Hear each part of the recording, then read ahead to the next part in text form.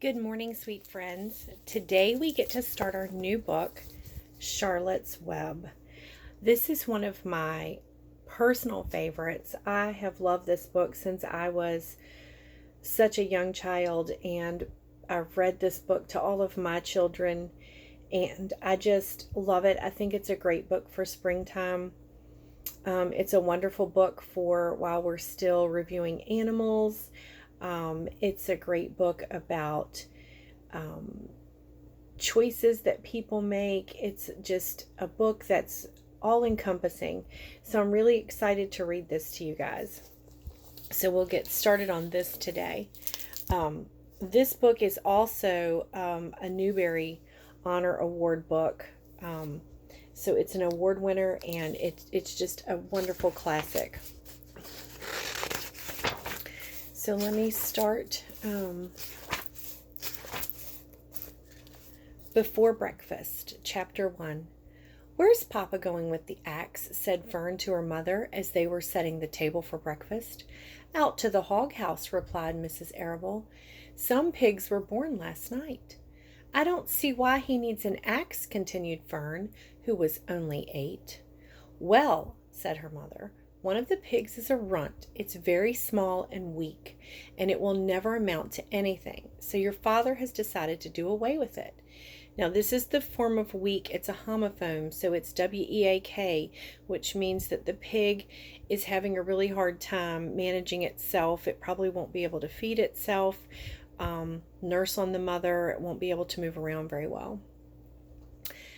"Do away with it?" shrieked Fern. "You mean kill it? Just because it's smaller than the others?" Mrs. Arable put a pitcher of cream on the table. "Don't yell, Fern," she said. "Your father is right. The pig would probably die anyway." Fern pushed a chair out of the way and ran outdoors. The grass was wet and the earth smelled of springtime. Fern's sneakers were sopping by the time she caught up with her father. "Please don't kill it," she sobbed. "It's unfair." Mr. Arable stopped walking. "Fern," he said gently, "you will have to learn to control yourself." "Control myself," yelled Fern. "This is a matter of life and death. And you talk about controlling myself?"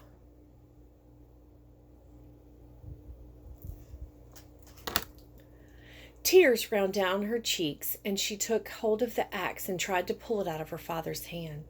"Fern," said Mr. Arable, "I know more about raising a litter of pigs than you do. A weakling makes trouble. Now run along." "But it's unfair," cried Fern. "The pig couldn't help being born small, could it? If I had been very small at birth, would you have killed me?" Mr. Arable smiled. "Certainly not," he said, looking down at his daughter with love. "But this is different. A little girl is one thing. A little runty pig is another." "I see no difference," replied Fern, still hanging on to the axe. "This is the most terrible case of injustice I've ever heard of." A queer look came over John Arable's face. He seemed almost ready to cry himself. "All right," he said. "You go back to the house, and I will bring the runt when I come in. I'll let you start it on a bottle like a baby. Then you'll see what trouble a pig can be." When Mr. Arable returned to the house half an hour later, he carried a carton under his arm. Fern was upstairs changing her sneakers. The kitchen table was set for breakfast, and the room smelled of coffee, bacon, damp plaster, and wood smoke from the stove. "Put it on her chair," said Mrs. Arable. Mr. Arable set the carton down at Fern's place. Then he walked to the sink and washed his hands and dried them on the roller towel. Fern came slowly downstairs. Her eyes were red from crying. As she approached her chair, the carton wobbled, and there was a scratching noise. Fern looked at her father. Then she lifted the lid of the carton. There inside, looking at her, was the newborn pig. It was a white one. The morning light shone through its ears, turning them pink. "Here's yours," said Miss Arable, "saved from an untimely death. And may the good Lord forgive me for this foolishness." Fern couldn't take her eyes off the tiny pig. "Oh," she whispered, "oh, look at him. He's absolutely perfect." She closed the carton carefully. First she kissed her father, then she kissed her mother. Then she opened the lid again, lifted the pig out, and held it up against her cheek. At this moment her brother Avery came into the room. Avery was 10. He was heavily armed, an air rifle in one hand, a wooden dagger in the other. "What's that?" he demanded. "What's Fern got?" "She's got a guest for breakfast," said Mrs. Arable. "Wash your hands and face, Avery." "Let's see it," said Avery, setting his gun down. "You call that miserable thing a pig? That's a fine specimen of a pig. It's no bigger than a white rat." "Wash up and eat your breakfast, Avery," said his mother. "The school bus will be along in half an hour."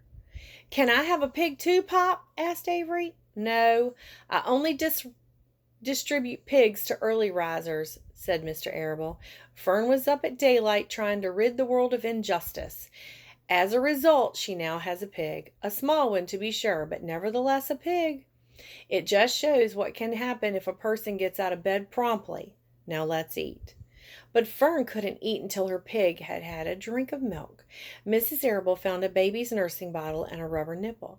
She poured warm milk into the bottle. And there's Avery with his gun.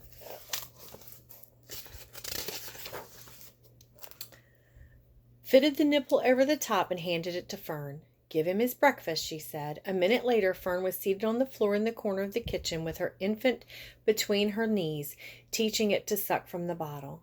The pig, although tiny, had a good appetite and caught on quickly. The school bus honked from the road. "Run!" commanded Mrs. Arable, taking the pig from Fern and slipping a doughnut into her hand. Avery grabbed the gun and another doughnut. The children ran out to the road and climbed onto the school bus. Fern took no notice of the others in the bus. She just sat and stared out of the window, thinking about a blissful world it was and how lucky she was to have entire charge of a pig. By the time the bus reached school, Fern had named her pet, selecting the most beautiful name she could think of. "Its name is Wilbur," she whispered to herself. She was still thinking about the pig when her teacher said, "Fern, what is the capital of Pennsylvania?" "Wilbur," replied Fern. The pupils all giggled. Fern blushed.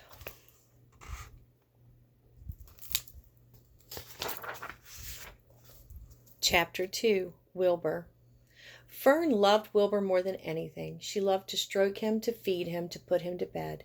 Every morning, as soon as she got up, she warmed his milk, tied his bib on, and held the bottle for him. Every afternoon when the school bus stopped in front of her house, she jumped out and ran to the kitchen to fix another bottle for him. She fed him again at supper time and again just before going to bed. Mrs. Arable gave him a feeding around noontime each day, when Fern was away at school. Wilbur loved his milk, and he was never happier than when Fern was warming up his bottle for him. He would stand and gaze up at her with adoring eyes.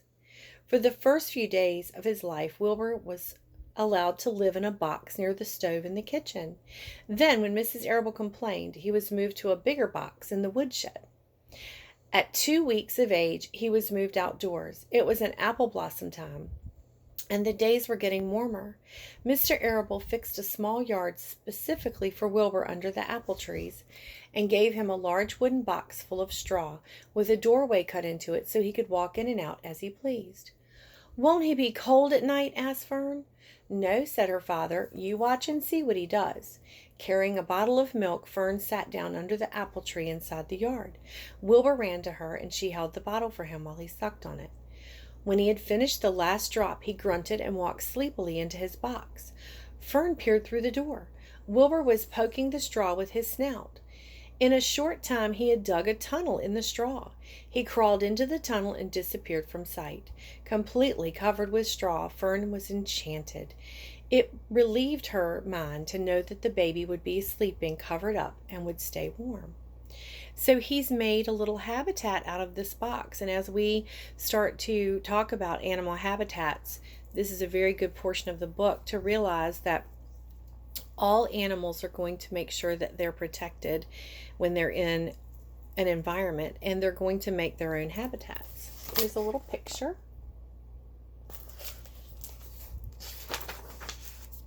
Every morning after breakfast, Wilbur walked out to the road with Fern and waited for her till the school bus came. She would wave goodbye to him, and then he would stand and watch the bus until it vanished around the turn. While Fern was in school, Wilbur was shut up inside his yard. But as soon as she got home in the afternoons, she would take him out and he would follow her around the place. If she went into the house, Wilbur went in too. If she went upstairs, Wilbur would wait at the bottom step until she came down again. If she took her doll for a walk in her doll carriage, Wilbur followed along. Sometimes on these journeys, Wilbur would get tired and Fern would pick him up and put him in the carriage alongside her doll. He liked this, and if he was very tired, he would close his eyes and go to sleep under the doll's blanket. He looked cute when his eyes were closed because his lashes were so long. The doll would close her eyes too, and Fern would wheel the carriage very slowly and smoothly so as to not wake her infants. One warm afternoon, Fern and Avery put a bathing suit on and went down to the brook for a swim. And that would be like a little pond on the property. Wilbur tagged along at Fern's heels. When she waded into the brook, Wilbur waded in with her. He found the water quite cold, too cold for his liking, so while the children swam and played and splashed water at each other, Wilbur amused himself in the mud along the water's edge, where it was warm and moist and delightfully sticky and oozy. Every day was a happy day, and every night was peaceful. Wilbur was what farmers call a spring pig, which simply means that he was born in the springtime. When he was 5 weeks old, Mr. Arable said he was now big enough to sell and would have to be sold. Did I skip a page?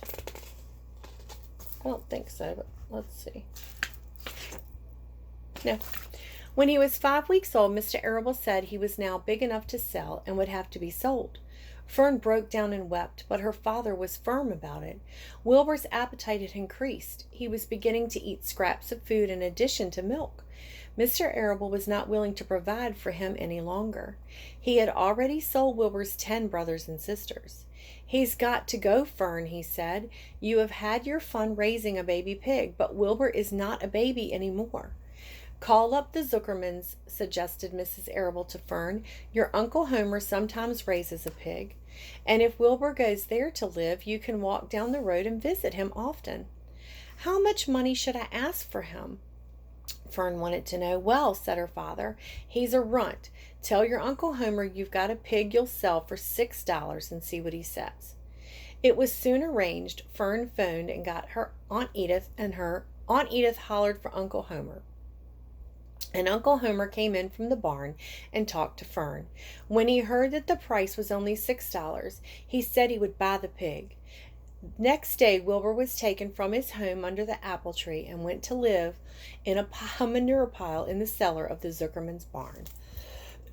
So that's where we're going to end today, and we will read the next couple of chapters tomorrow.